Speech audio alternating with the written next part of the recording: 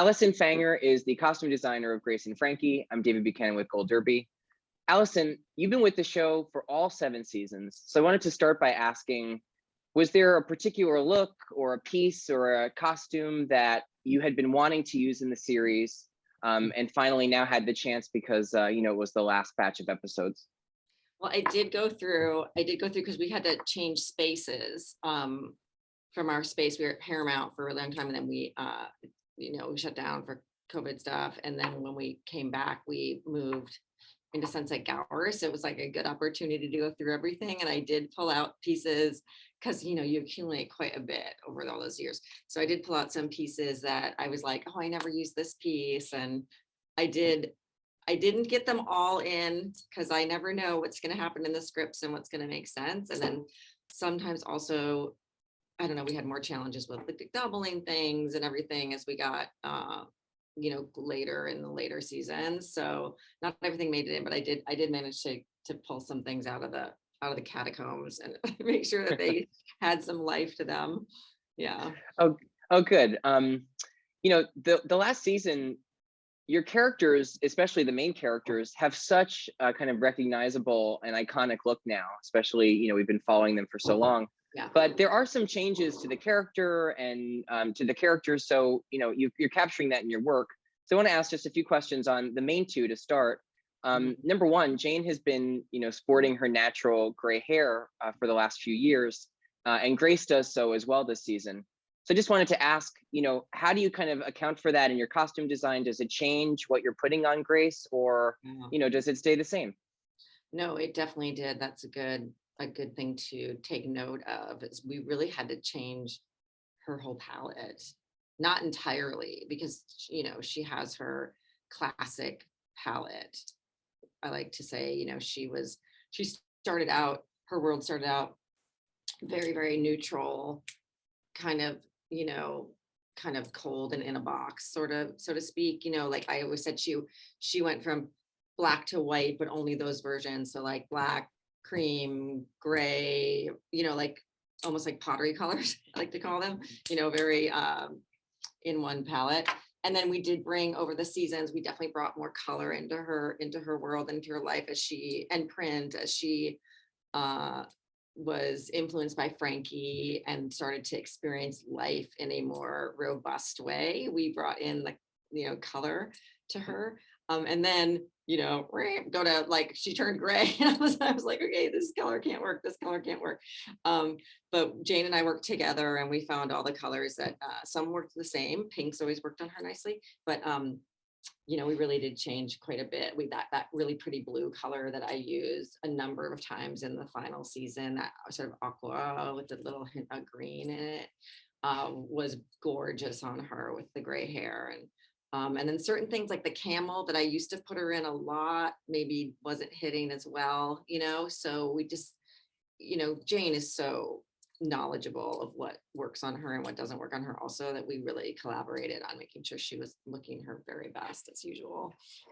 Right, of course. And on Frankie too, her character is going through kind of an emotional upheaval this season. She gets this prediction from a psychic that she's going to die in 3 months. Yeah. So I'm wondering, and all the characters, are grappling with some kind of change this season, but I'm wondering, on Frankie in particular, how do you reflect her mood in her costumes? Because the costumes are always so vibrant and full of life, but she's really going through something emotionally. So how do you reflect that in your color or in other ways? I know that was tough, because her stuff did not change too much, and her emotional state was like a mania, and it was fabricated in her own mind. So it was like reflected in a chaotic way more than anything. I think she became maybe slightly more chaotic than usual, and if she was really down, like if she was in her studio and feeling very like reflective and sort of down, mainly she'd be in her painting clothes and in a maybe more subdued color of the shirts, like always went over those. And the jewelry thing was always a thing, like, because her jewelry was such a thing. And mainly if I felt like she was down, we just made it so that her jewelry was like slightly thoughtless or not at all, or not at all. Because I think that's Mm, the extra bit, even though that's your closet and you grab things from your closet is your closet, but then things like details, jewelry, you would not make the effort to add, you know? That's kind of what we, right. yeah. And speaking of the jewelry, I read an estimate that that Lily had probably worn, I think, like 490 pounds of jewelry over the 7 seasons. Yeah. So where did you find these pieces? Are a lot of them custom made, or did you have to hunt for them? Because they're always so. I mean, they look like one of a kind, always so unique. Yeah, the jewelry was such a thing. It's funny because I've always been such a jewelry person. I'm a very detail oriented in my work. And the jewelry is so specific. And the jewelry um really came about, it had its own story. It had its own journey throughout the series because when we started, I my whole thing about Frankie was that anything she wore, including clothing, was something that she either made herself, or found on travels. So she had collections, and that included her jewelry, especially. And my mother-in-law was quite a traveler, and she had a lot. When I first met her, she had this big armoire of jewelry in her bedroom, and it was like a literally like a tall cabinet, and she had drawers and drawers of jewelry. So when I conceived of Frankie, I said that Frankie would have all this kind of jewelry, and it would be from all over the world. And so that's where we started. And then I found this artist, Adina Mills, who, if you followed the show, you might have heard me talk about her before. But she makes all those large crystals that Frankie would wear, and every single one of them is a unique, one of a kind piece. And we worked very closely together throughout all of the seasons. And she would send me things from her personal collection, and we'd use them on Frankie, and we'd send them back to her. I mean, they're pieces that she owns, and some of them we've kept with some of the looks just for archival purposes. But that was a huge part of her character, were the crystals, because they had so much meaning, and crystals have so much, they carry so much emotion with them for people, and people are attached to them, and each one again is unique. And so Frankie wore a lot of those. As the years went on, I had to kind of lighten up on those. They were quite heavy, Yeah. so we had to get the lighter ones. But Adina was amazing. I mean, she would make us pieces, and it was incredible. And then people just started reaching out to me, like on Instagram, and I was always searching for unique jewelry. And then as the season became more, I mean, as the show gained in popularity, and people would seek me out on Instagram, and I was being sent massive amounts of jewelry all the time. And I would love to use it. I used so many pieces from people from just the far corners of the world, honestly. And I think it really lent so much to her character. Yeah, that's incredible, and so fitting, as you were saying about her world travels. I want to ask you about one episode in particular early on. It's actually in the first batch of episodes from the 7th season, which is the bunny, because you get to do these late 90s flashbacks of Robert and Grace, which are so fun to see. So just wanted to ask you, what was the inspiration for the looks for those characters? Because we get a few scenes of them, and they're looking, obviously quite different than how they look today. Well, Robert was 100% my dad.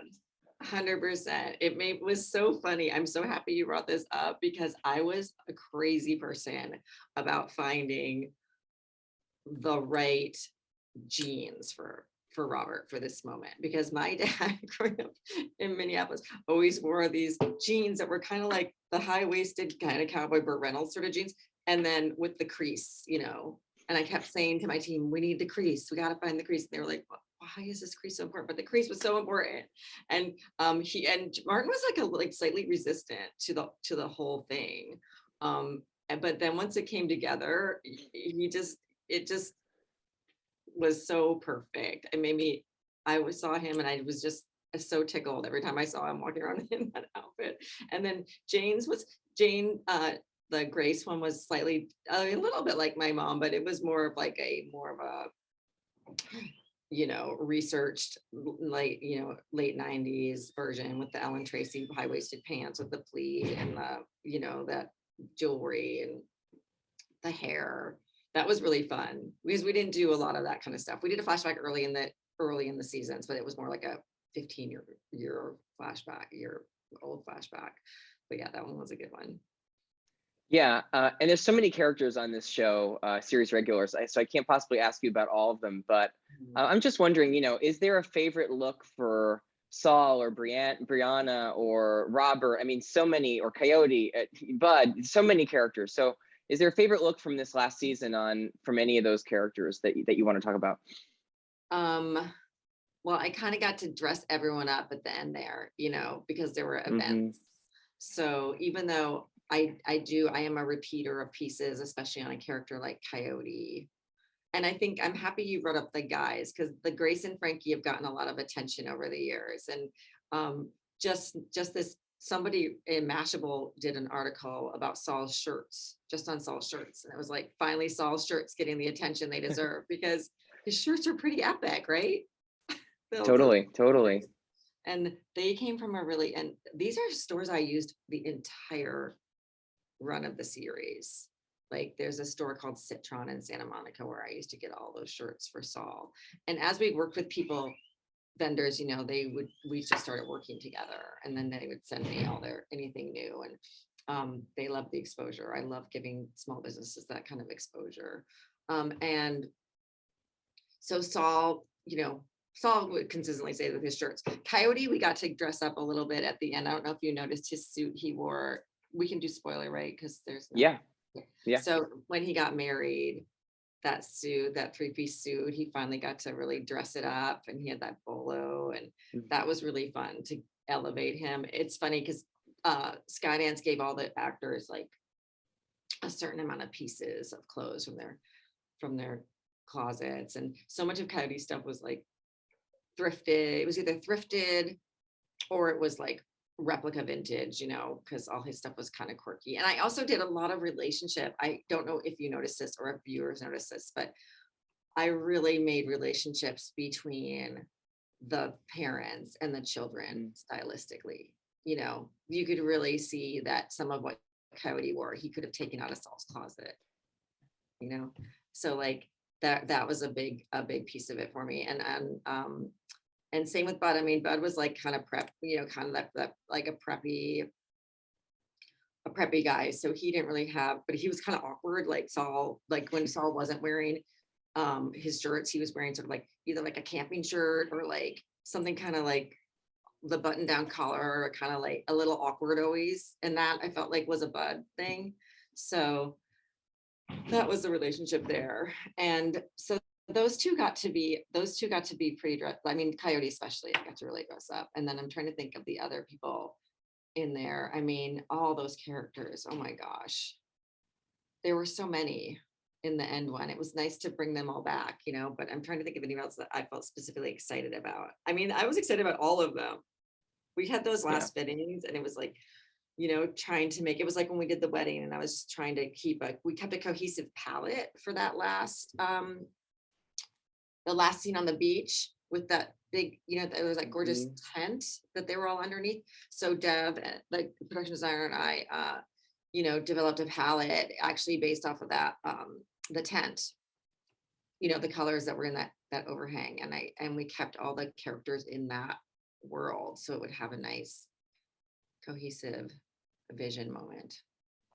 Except for Grace. Yeah. I was kind of bummed that Grace had to be like in nothing exciting for that last episode, because she was again exhibiting the mood. She was like, this is BS, like this is all fake. And so she wasn't going to be dressed for it, although she did get to be dressed in that amazing pink suit for her moment with the karaoke.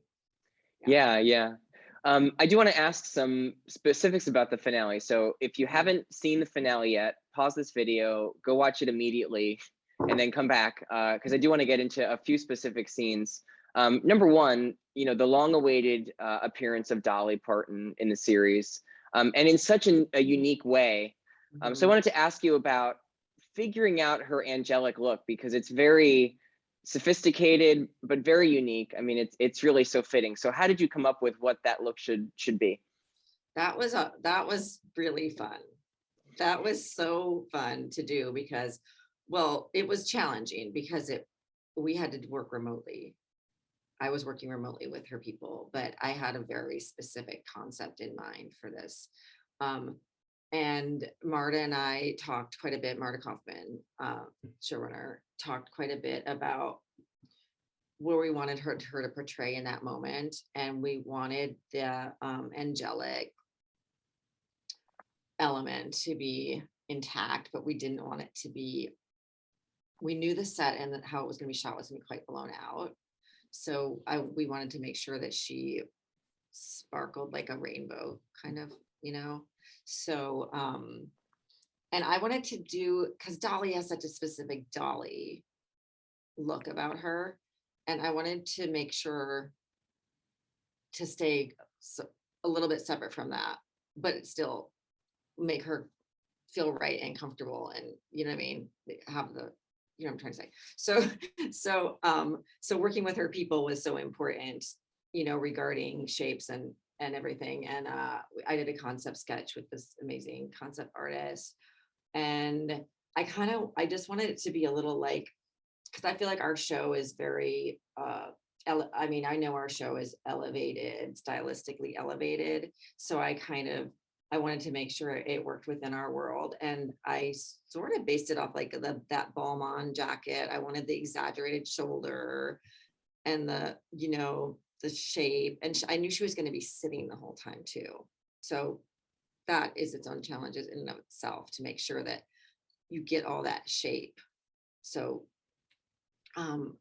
that was really fun. And that's why we did all those rhinestones. And I literally FaceTimed with that shop, to pick out all the different elements and did the fittings, and it was all remote, which is incredible. Wow. But I think people really, really loved it. I also wanted to make sure it wasn't, she'd just done that movie that where she was an angel. So I wanted to went through all those looks and made sure it wasn't that, or looked anything like that. Because we wanted her to have her own unique moment for the show. Absolutely. Yeah. And finally, my last question, I think, is fitting to ask about the last shot of the series, which is, as is customary for a season finale, Grace and Frankie on the beach. So we get that final shot again of the two of them, walking on the beach. What did you want to capture in those final costumes? Because we see them, walking off into the sunset. What did you want those last costumes to be? Well, that was a big challenge because, so for so many reasons. But one of them is that originally in the ending, there were two little girls that were a younger Grace and a younger Frankie. So we had to marry what the little girls were wearing with what Grace and Frankie were wearing in that end scene. And then, so that had limitations, but it also needed to be, iconic from what Grace and Frankie have been wearing throughout the series. So, I mean, the overalls were kind of an obvious choice. And then we had the pink button-down shirt, because Grace wore so many button-down shirts with the collar and the popped collar. And so I had a dress that was of this exact same fabric. I mean, I'm so bummed this didn't make it into the finale because it was so cool, because the little girl had on like the same fabric as the shirt Grace ended up wearing in a dress, and they were in the other little girl had. And I made a shirt the same as the one Frankie was wearing, those local Linda shirts that she wore over overalls. So that little girl had on the overalls and the shirt, and it was quite gorgeous. And for various reasons, I ended up not using the little girls, but that was a big part of it. But it's still sort of,